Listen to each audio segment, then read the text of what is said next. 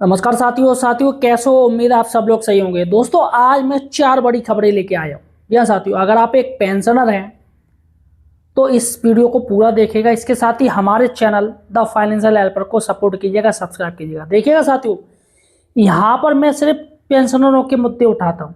अगर आप सरकार से किसी भी तरीके से पेंशन ले रहे हैं, क्या आप सरकार की तरफ से पेंशन ले रहे हैं, सरकारी कर्मचारी हैं, केंद्रीय कर्मचारी हैं, या ईपीएस 95 पेंशनर हैं, या वैसे किसी तरीके से पेंशन ले रहे हैं, तो आप हमें सपोर्ट कीजिएगा, चैनल को सब्सक्राइब कीजिएगा। यहाँ पर हम सिर्फ पेंशनरों के मुद्दे उठाते हैं। देखिएगा साथियों, आज 4 बड़ी खबरें हैं। सबसे पहले हम हेडलाइन देख लेते हैं क्या क्या खबरें है, उसके बाद मैं चर्चा करूंगा। पहली खबर है सीएपीएफ जवानों को मिलेगी ओपीएस। सबसे बड़ी बात है सीएपीएफ यानी पैरामिलिट्री जवान, इनके लिए एक बड़ी खुशखबरी साथियों, बहुत ही जल्दी सरकार उनको ओपीएस दे सकती है या साथियों पेंशन दे सकती है। दूसरी बड़ी बात है एडसीपीसी ने सौंपे फाइनल आंकड़े, 86% बढ़ोतरी होगी साथियों। 86% आपकी पेंशन बढ़ेगी, आपकी सैलरी बढ़ेगी, वेतन भत्ते बढ़ेंगे। आखिर क्या है पूरा का पूरा मैं कैलकुलेशन आपको दिखाऊंगा। उसके बाद तीसरी बड़ी बात है सैनिक आयोग का गठन, पंचायती राज में ईएसएम का कोटा साथियों जारी कर दिया गया। आखिर क्या है ये भी मैं पूरी जानकारी दूंगा। और चौथी बड़ी बात है 60 साल से ऊपर बुजुर्ग महिलाओं को बस यात्रा फ्री। जी हाँ साथियों, जितने भी, चाहे वो सरकारी नौकरी में हो चाहे नौकरी में ना हो, सभी बुजुर्ग महिलाओं को अब बस यात्रा सरकारी की तरफ से फ्री मिलेगी। रोडवेज उसमें वो आ जा सकते, कहीं पर भी आ जा सकते, 1 रुपया भी नहीं उन्हें देना पड़ेगा।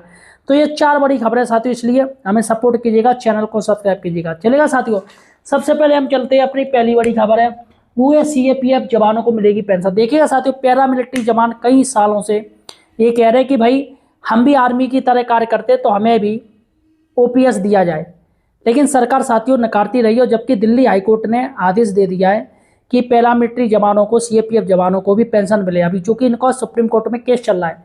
लेकिन साथियों एक बड़ी खबर है, वो क्या रिपोर्ट है, आज मैं आपको एक रिपोर्ट दिखाने जा रहा हूँ। सबसे पहले रिपोर्ट देखिएगा, जिसमें साथियों ये दावा किया गया है कि सीएपीएफ जवानों को भी पेंशन मिल सकती है, सरकार विचार कर रही है पेंशन देने के लिए।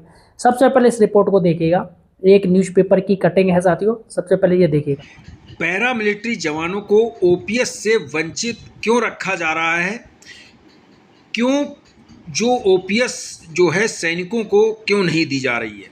इसको लेकर केंद्रीय सशस्त्र पुलिस बलों के जवानों की पुरानी पेंशन योजना की मांग अब पूरी हो सकती है, क्योंकि मामला अब सुप्रीम कोर्ट में फाइनल स्टेज पर है। और ये मामला इसलिए फाइनल स्टेज पर बताया जा रहा है क्योंकि दिल्ली हाईकोर्ट ने पहले ही फैसला दे दिया था कि ओल्ड पेंशन स्कीम का फ़ायदा सीएपीएफ जवानों को दिया जाए, क्योंकि ये जो पैरामिलिट्री फोर्सेस हैं ये भी सशस्त्र बल हैं। बता दें आईटीबीपी, बीएसएफ, सीआरपीएफ जैसे सभी जो असम राइफल के जवान हैं वर्ष 2004 से राष्ट्रीय पेंशन प्रणाली यानी कि एनपीएस के दायरे में रखा गया है, जबकि उनकी जोखिमपूर्ण सेवा को देखते हुए ओपीएस का लाभ मिलना चाहिए। कटोच ने कहा कि जनवरी 2023 से दिल्ली हाईकोर्ट ने, दिल्ली उच्च न्यायालय ने पैरामिलिट्री बलों के संघ के सशस्त्र बल मानते हुए पुरानी पेंशन योजना के दायरे में लाने का निर्णय लिया था, लेकिन केंद्र सरकार ने इस फैसले को सुप्रीम कोर्ट में चुनौती दे दी थी और मामला अभी लंबित है और इसकी सुनवाई भी अब आने वाली है, क्योंकि इसकी डेट मिल चुकी है और सुनवाई में फाइनल फैसला हो सकता है। केंद्रीय कर्मचारी के जो संगठन हैं उन्होंने जंतर मंतर पर 7 दिन का जो भूख हड़ताल का ऐलान किया है और ये जो फैसला आएगा सुप्रीम कोर्ट में केस की सुनवाई होगी और उससे पहले ये धरना भी शुरू हो जाएगा। यानी कि एक तरफ धरना, दूसरी तरफ केस की सुनवाई। और ये इसीलिए धरना दिया जा रहा है कि सुप्रीम कोर्ट पर दबाव बढ़े, केंद्र सरकार पर भी दबाव बढ़े कि जो पैरामिलिट्री जवान हैं वो ओल्ड पेंशन स्कीम से वंचित रखा गया है, उन्हें ओल्ड पेंशन स्कीम मिले। तो ओल्ड पेंशन स्कीम पर सुप्रीम कोर्ट से बड़ी खबर आ सकती है और उनके जो दिल्ली हाईकोर्ट ने फैसला सुनाया था उस पर मोहर लग सकती है। चलेगा साथियों, अब हम चलते हैं, दूसरी बड़ी खबर है 8th पे कमीशन ने, जो उनकी टीम है, उन्होंने साथियों फाइनल आंकड़े जुटा दिए। यहाँ साथियों फाइनल आंकड़े उन्होंने जारी कर दिए और यहाँ आंकड़े देखने पे 86% की बढ़ोतरी तय है। आप सोचिएगा, जिनका लेवल 1 है साथियों उनको निश्चित ही, लेवल 1 को जिनका 18,000 बेसिक पे है साथियों उसका निश्चित ही 54,000 उसका बेसिक पे हो जाएगा, मतलब 3 गुना उनकी सैलरी बढ़ जाएगी। और फिटमेंट फैक्टर की भी बात की गई। आखिर कितना साथियों 86% कितनी बढ़ोतरी हो रही है, इस जो पेंशनर उनको कितना फ़ायदा होगा।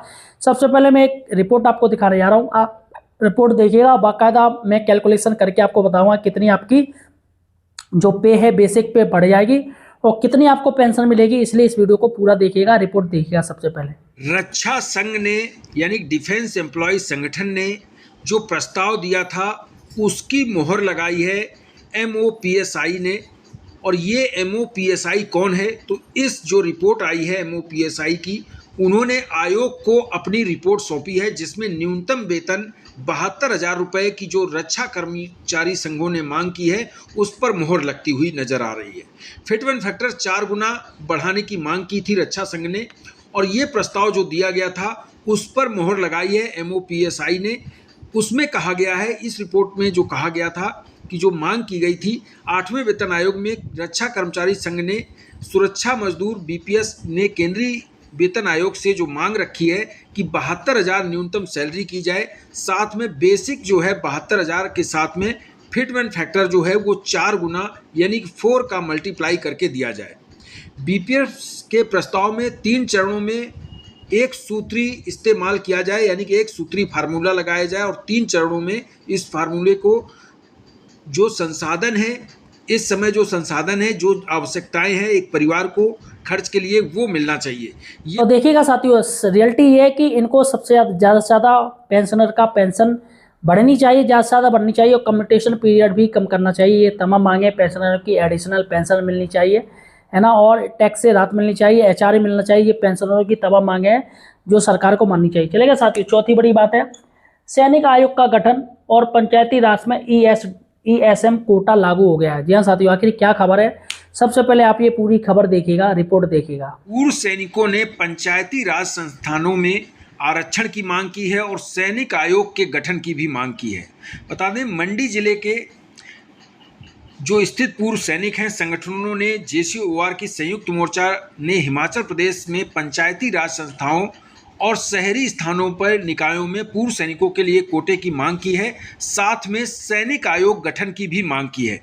इसमें मांग की है कि सैनिक आयोग का गठन किया जाए जिससे सैनिकों की समस्याएं और जो पंचायती राज में आरक्षण मिलना चाहिए, क्योंकि जो सैनिक हैं वो बॉर्डर पर रहते हैं और इसके बाद वो रिटायर होते हैं तो उन्हें इसमें भी आरक्षण मिलना चाहिए, साथ में सैनिक आयोग का गठन भी होना चाहिए। चलेगा साथियों, अब हम चलते अपनी चौथी बड़ी खबर है, वो है 60 साल से ऊपर बुजुर्ग महिलाओं को बस यात्रा फ्री मिलेगी। जी हाँ साथियों, उत्तर प्रदेश सरकार की योगी सरकार ने, जी हाँ मुख्यमंत्री योगी आदित्यनाथ जी ने एक घोषणा कर दी है विधानसभा इलेक्शन 2027 से पहले कि जितनी भी बुजुर्ग महिलाएं हैं जिनकी उम्र 60 साल से शुरुआत होती है तो उनको साथियों रोडवेज बस बिल्कुल फ्री मिलेगी। जी हाँ, वो ऑल यूपी में कहीं पर भी यात्रा कर सकती है बिल्कुल फ्री में, और साथ में एक मेंबर भी उनके साथ रहेगा तो उसको भी साथियों फ्री मिलेगा।